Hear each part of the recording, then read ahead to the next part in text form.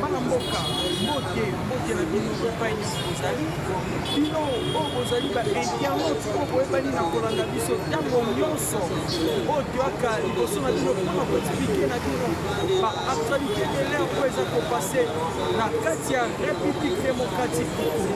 Bana mboka lelo tokopartage na biso nini oyo ezali important na kati ya mboka na biso. Jean-Pierre Bemba vient de charger la 50 Moïse Katumbi ainsi que Joseph Kabila. Et la réponse de Félix Tshisekedi à travers Jean-Pierre Bemba. Qu'est-ce que Jean-Pierre Bemba avait parlé? Bana mboka. Deuxième sujet na biso tokoya kolobela na ntina lolenge nini oyo wapi Joseph Kabila a échoué dans tous les plans machiavéliques, tous les plans démoniaques. La République démocratique du Congo, il a échoué lamentablement à toutes ses activités. Il a la partie orientale, dans l'Est de la République démocratique du Congo. Voilà tout démarrer l'émission de Bisso, mais un beau total. Vivre le sujet de Bisso. Na kosenga na biso bisiko tozali to liker to partager et to s'abonner massivement sur notre chaîne Owapi Wali Kolanda biso.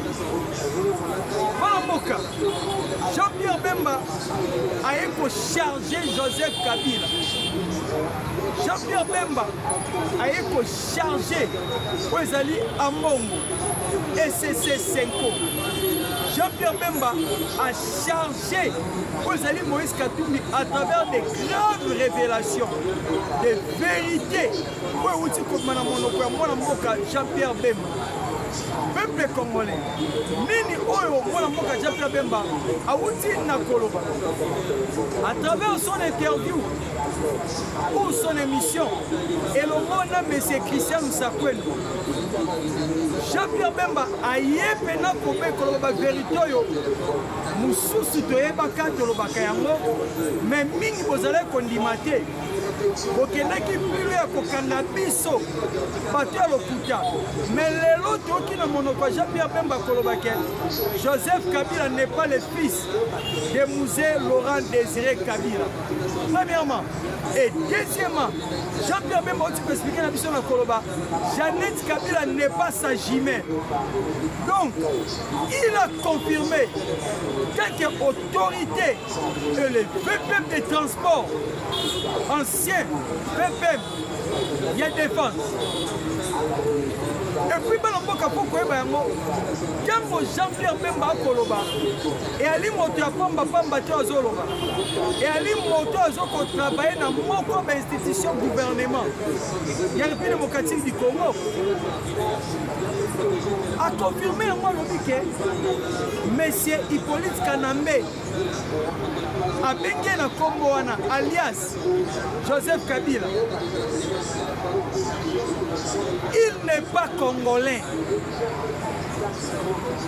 Et puis Jean-Pierre Bemba a pensé Maloba au président de la République Joseph Kabila c'est lui le patron de l'FC de Corneille Nangue.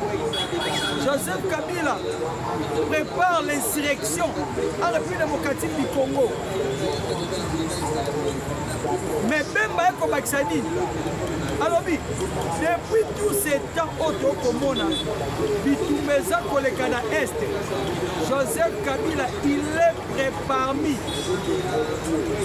Pardon, il est parmi, mais Azali Moto a financé la guerre à 80%. Voilà les paroles de Jean-Pierre Bemba. Sur ces mots de Bistabiso, a yéné ko chargé. Et loko tout le monde qui quelque badongolo miso, yamboka obalinge ba décharger. Oh non, Joseph Kabila a comment il est venu comme un pacificateur. Il est venu pour la paix.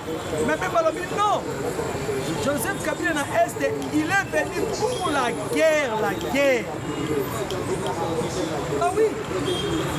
Il est venu rien que pour la guerre, pour l'agression de notre pays. Chose oh, mais c'est pas comme au Manitoboyaki. Mais quelle que soit sa présence, à l'est de la République démocratique du Congo. Mais Joseph Kabila, chose à retenir, maintenant il est entre le marteau et l'enclume.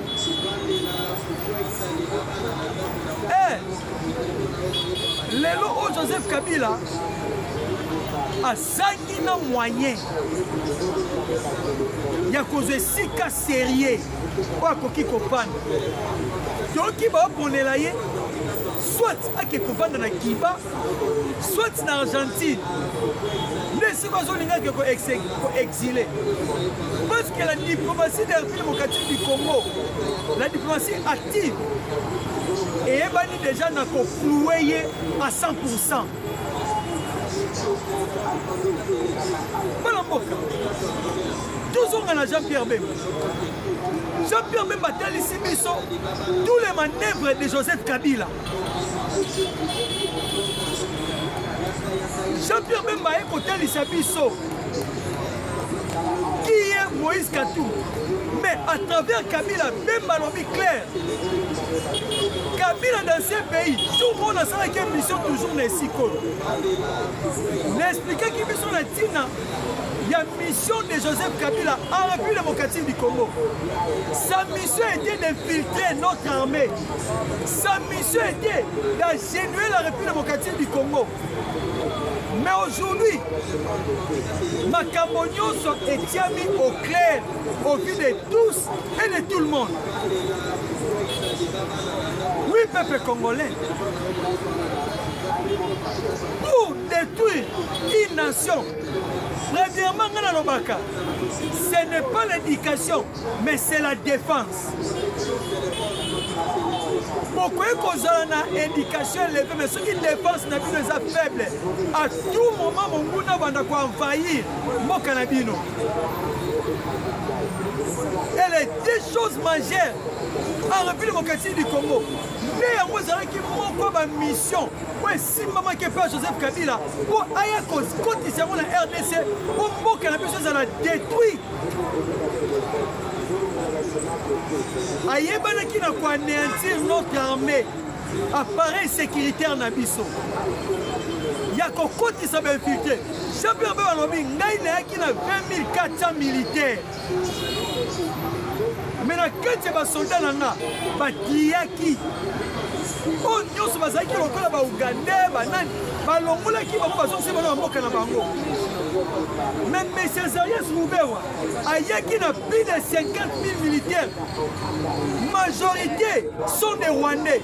Mais na kati wana ba triate, bazo bango nyonso, ba kotisa bango na kati armée congolaise.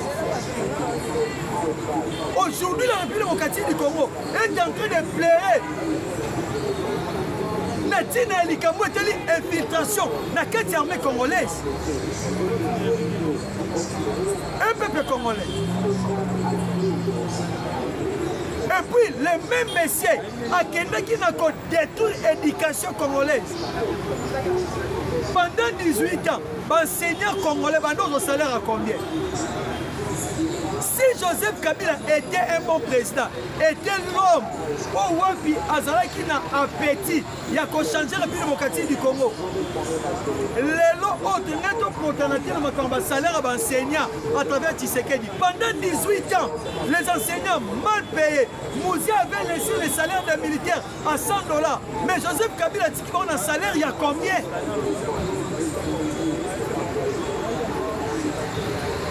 Atiki ba on a salaire à combien? Si ko yolo bio tie Bemba ayeko lo biloba loba bana mboka. Même la Bible nous dit, même la nature ne vous enseigne pas. Yo moko na misto moni tata na oya messieurs. Bonga bande kozo. Oh, éducation ils ont pas beaucoup important. Sécurité ils ont pas beaucoup important. Ouais singa na mboka. E bana ko kipe batuana malamu, militaire, policier, enseignant. Ainsi que les fonctionnaires. Les seules choses qui ne sont pas fonctionnaires, si ce n'était pas Yakoyiba Kambongo Mboka.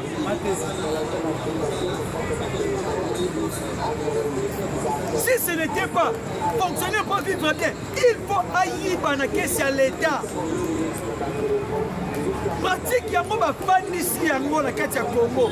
Lelo le président actuel aza na difficulté sérieux ya kolongola corruption. Kabila botisaki misati na appareil judiciaire.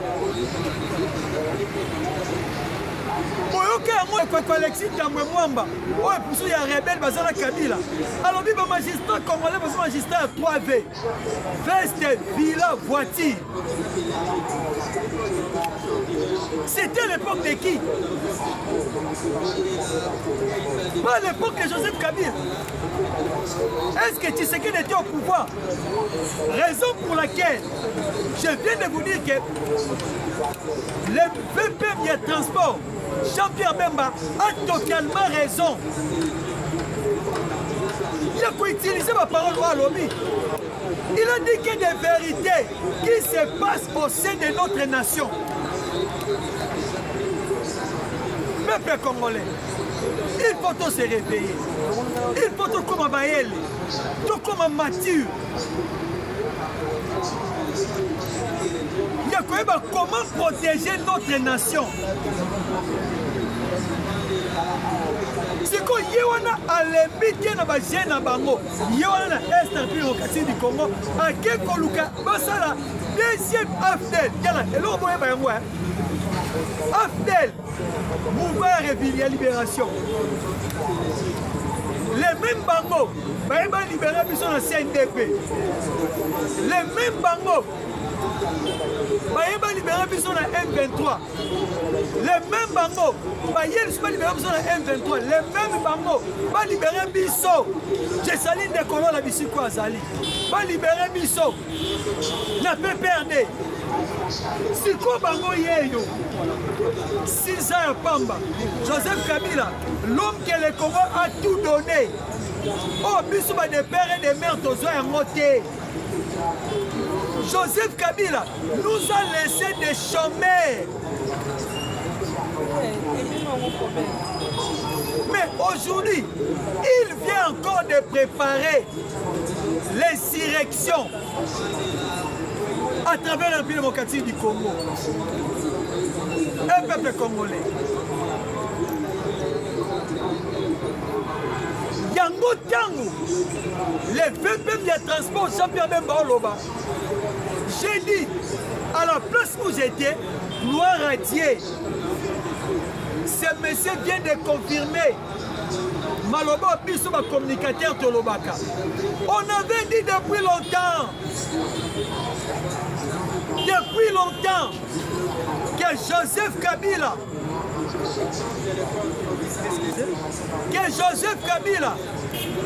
C'est lui le patron de l'AFC.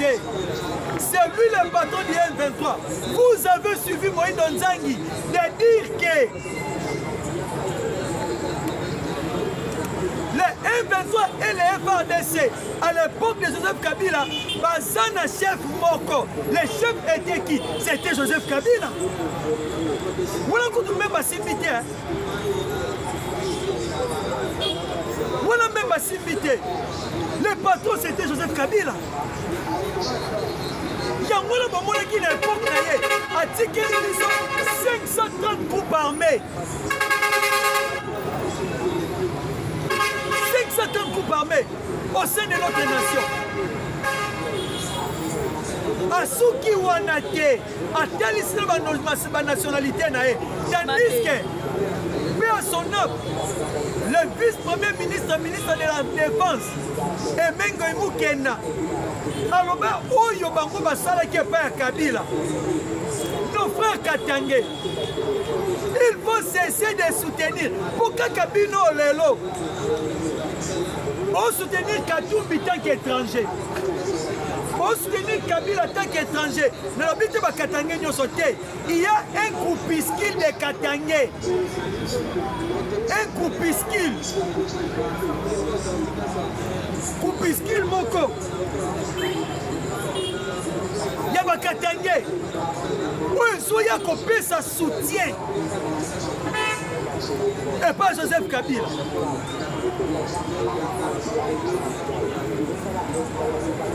Lelo Oyo. Et comme il passe, il faut montrer qu'il ne peut s'enrôler. soit dans la police, soit dans l'armée. Il y a quoi?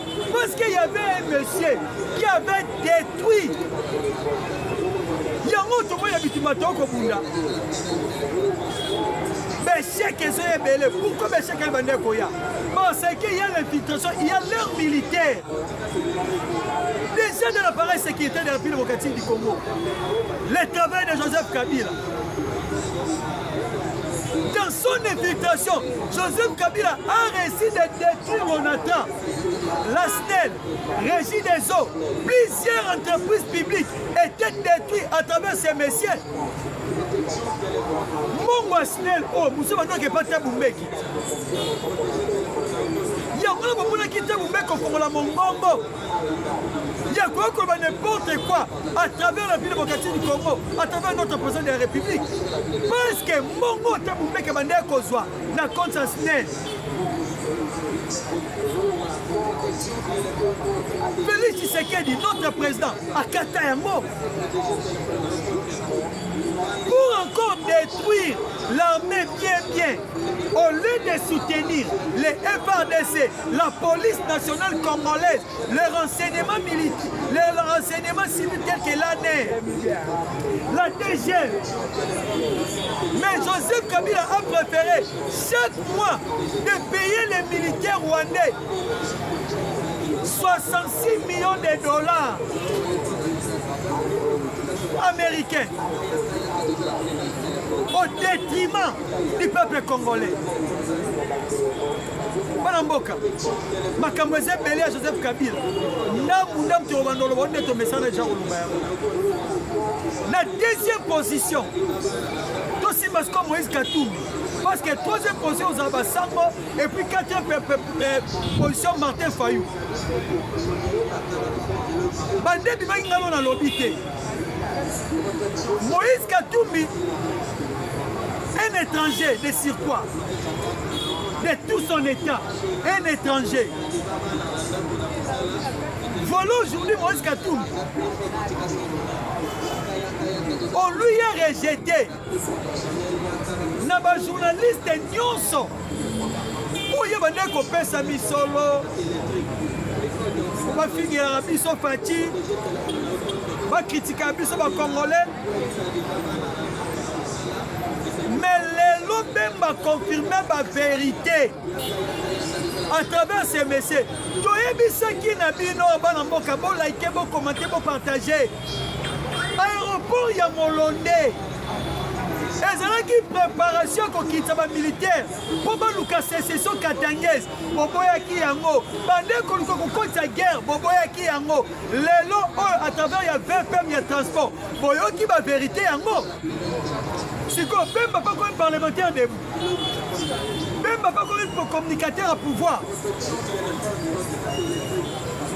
Oh, aéroport Bundia Moulonde, ezaki na capacité, aérodrome wana, il y a quand même un avion qui plus ou moins 150 personnes. Si vous avez une machine, vous avez une Zambie, vous avez un awa. Si vous avez 150, dans la journée, vous avez combien de militaires? Et puis, on calcule les alaki. Si vous 150 à Liboso, vous avez le nombre de 300 militaires. Vous avez insécurité. Bon, on a tout à Koulou dans la Katanga. Et Mati Makasi, comment Katabatu, comment Bomabatu. Pour Batou, la Katanga va réclamer. Président de la République a Soundoli Bango, c'est la insécurité Koti Makasi, et même Batou na révolte. C'est ça, le plan de l'aéroport de Moulonde.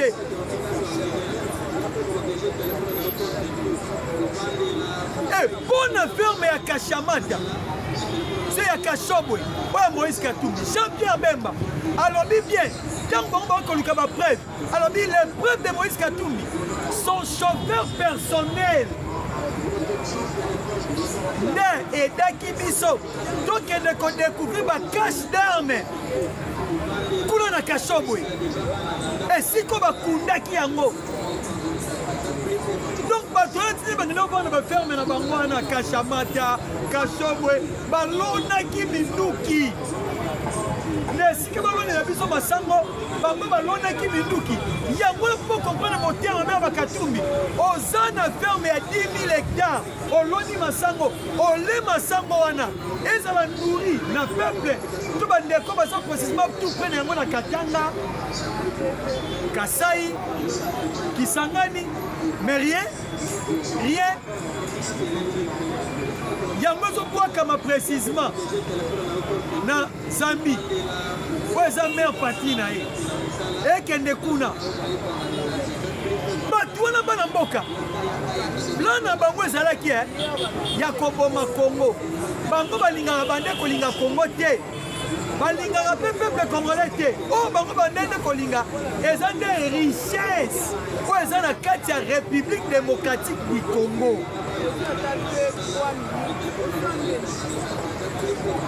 Un peuple congolais. Troisième position. Andesika makambo ebebi ya batate episcopo basantu bandeko boboto. Jean-Pierre Bemba vient de charger la Senko et à travers Jean-Pierre Bemba la réponse directe à Martin Fayou.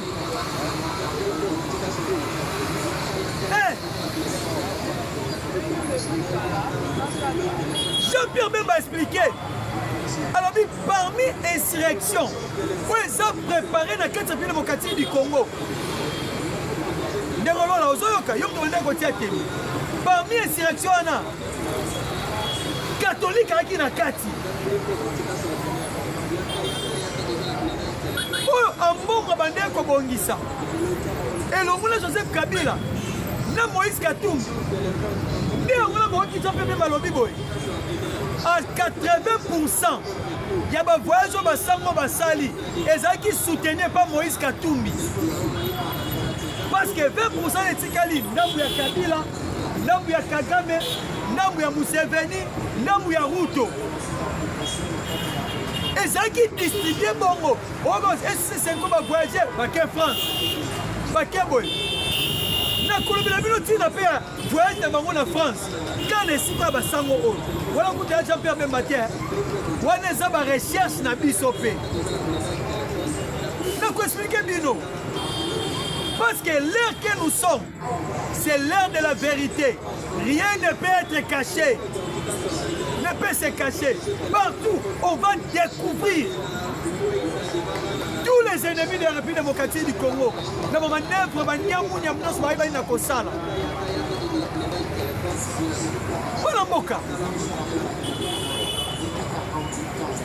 catholique pour la nuit, il est président.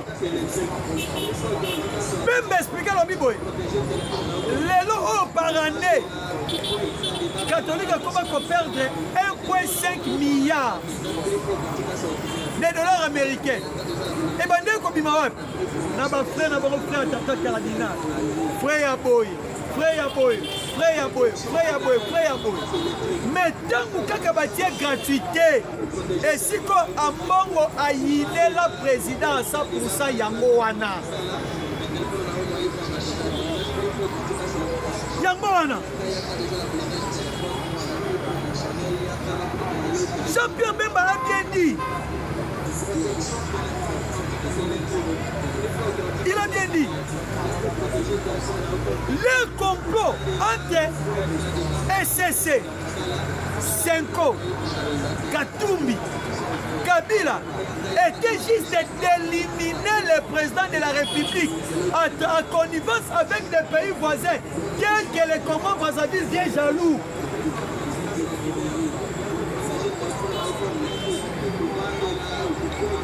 Présence ya parti ezala te na miso na bango.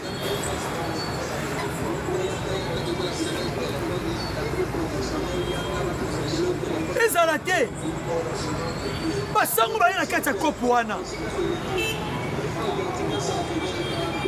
Les mêmes basango. Vous voyez que basango bakenda en France.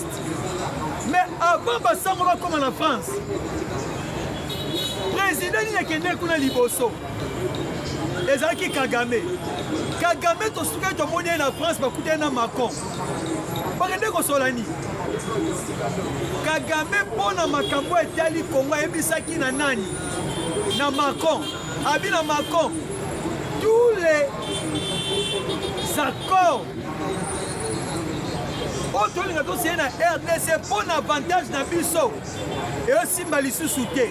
Alors seule chose oyo totikali na yango eza oyo basango baotambola na yango. Tozwi proposition na biso mabongisi na biso topesi yango na basango baluka moyen ya kosala dialogue intercongolais. Na kati ya dialogue intercongolais na nde ekosala ke tokotisa batuti toinfiltre lisusu armée na bango mpe plan na biso toza na yango ekosimba. MC Macron soki basango baye awa salani yamba bango koboya bango te yamba bango tomonaki bango mpe avion wu mais ntango bazongia na rapport soki bakotika pa président de la république président bloqué kopi yango wana donc plan ya basango eza ya kodétruire ya kodéstabiliser république démocratique du Congo. Bana mboka tokoki susu kozonga na makambo ya ba kutenini pardon Sun City d'été parce que dialogue wana wa basango bakoluka oyo yango ekomemezaka infiltration mixage brassage jusqu'à quand tokolongwaki na basitation oyo il faut s'élever pour délivrer la nation. On doit rester dans la position président de la République à comme Mabiso. Vous avez vu triple victoire. Et si on commence à clouer, oh mais si on a un échec au Kabila Zui, nous avons troisième point haut. Peuple congolais basango calcul na bango bemba esi expliqué biso parce que titre oyo kabemba expliqué makambo basango eza réponse indirecte et pas Martin Fayulu à travers le président de la République. Fayulu tant akutana na président abimi alobi nayebisi na président il faut tosala un dialogue. Il faut que le président yamba basango pour azoper cahier des charges na bango ya dialogue auto ko sala na kati ya démocratique du Congo. Ndebo yoki réponse ya Jean-Pierre Bemba ya koloba. Comme oyo ya makambo eza na kati ya cahier des charges ya basango.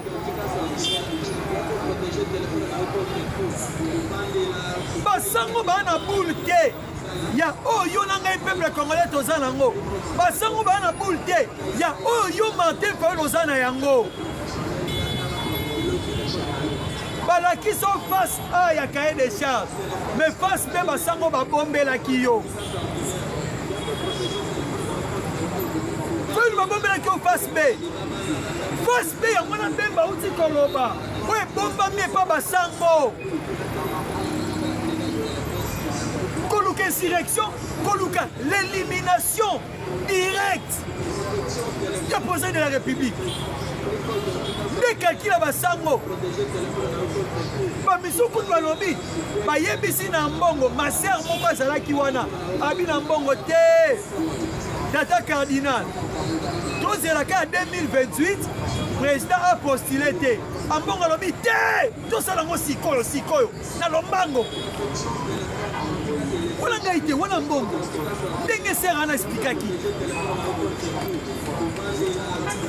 siko atabilo bomba na mboka bosala liko par contre nga ale boyebela makambo opa na nga na moni na ndimi yango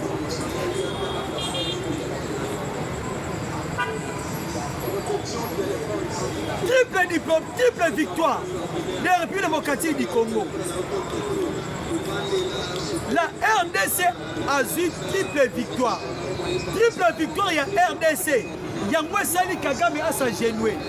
Yango Sali Kagame a changé le lengo au monde de Makambo. Yango Pessi échec par Joseph Kabila. Comment? Peuple congolais, pour liker, pour commenter, pour partager, pour s'abonner. Pour Yango. Joseph Kabila vient d'échouer dans toutes ses consultations à l'est de la République démocratique du Congo, précisément à Goma. A échoué lamentablement.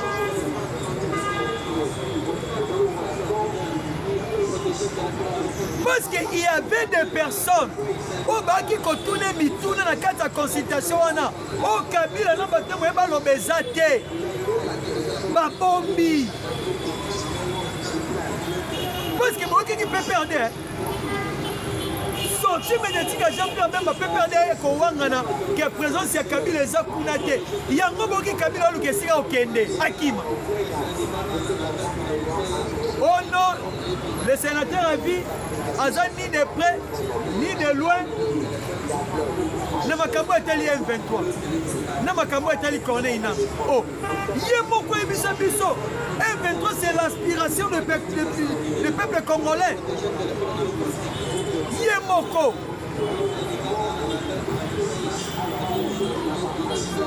Si on a vu échec dans ma consultation,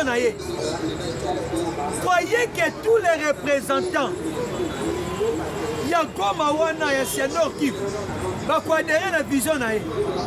Les Kivusiens ont refusé d'adhérer dans la vision du politique Kanambe alias Joseph Kabila. Il a échoué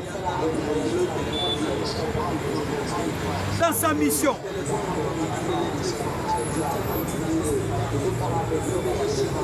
Il a échoué. Pendant qu'il va mourir sur le plan militaire, échec. Parce que sur le plan militaire, les lois on a Sabino, on a préparé ni. Avant que les 15 sont signés, accord de paix na bango, accord minéraux contre sécurité. Il y a biso. Naba américain, les lois au Rwanda hier qui frappe na Kaziba. Mais Kakil Basalini, ceux qui vont attaquer qui vont na Bukavu. Oh yo voit même pour vous mettre na bango. Il y a beaucoup de communes na Bukavu à Koufaki.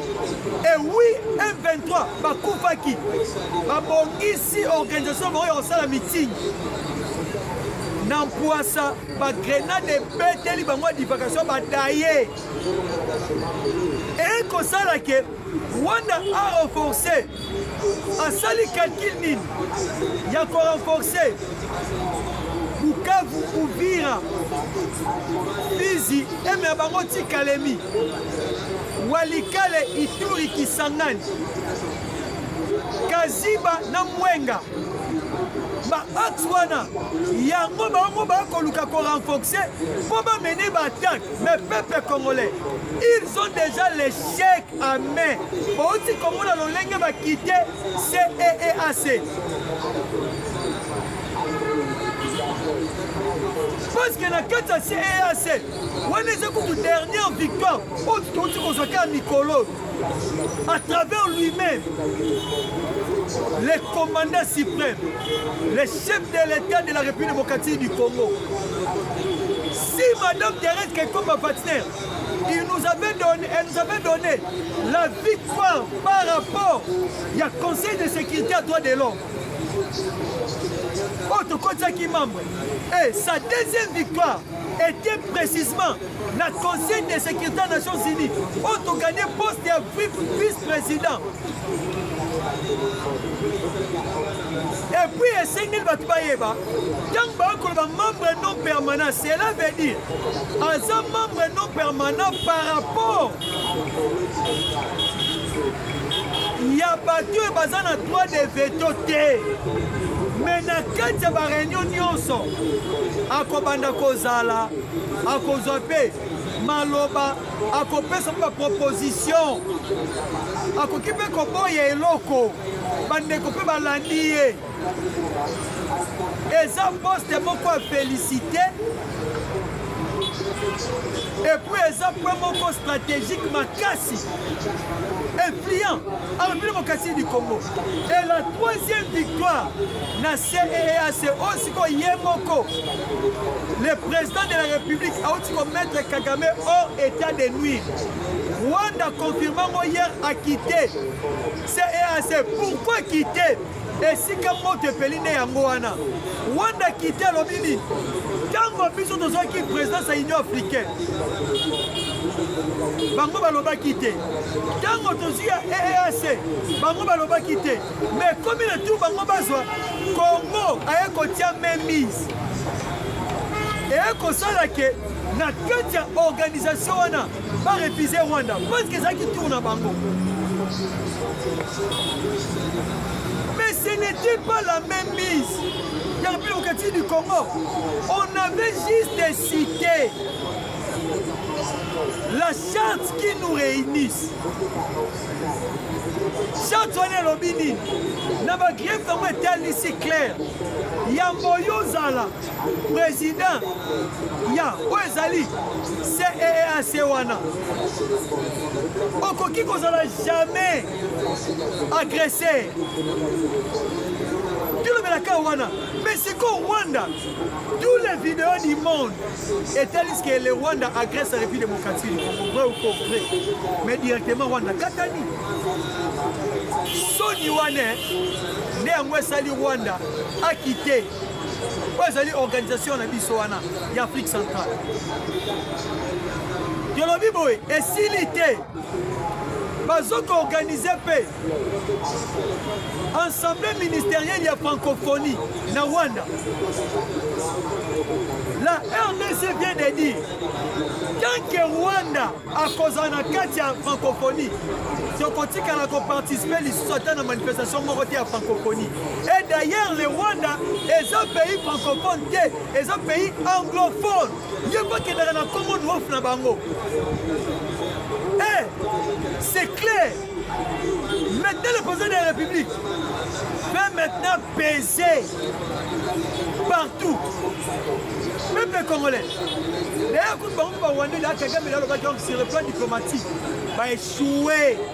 La diplomatie active, avancée de la République démocratique du Congo et qu'on combat toujours dans le Rwanda. Et puis, la guerre, on a Boyebi, Sikoyo. Et elle est si comme on Rwanda au Focalissus. Plan Basala qui a pris Kaziba. Hier, les Wazalendo ont attaqué massivement Kaziba et les M23 ont été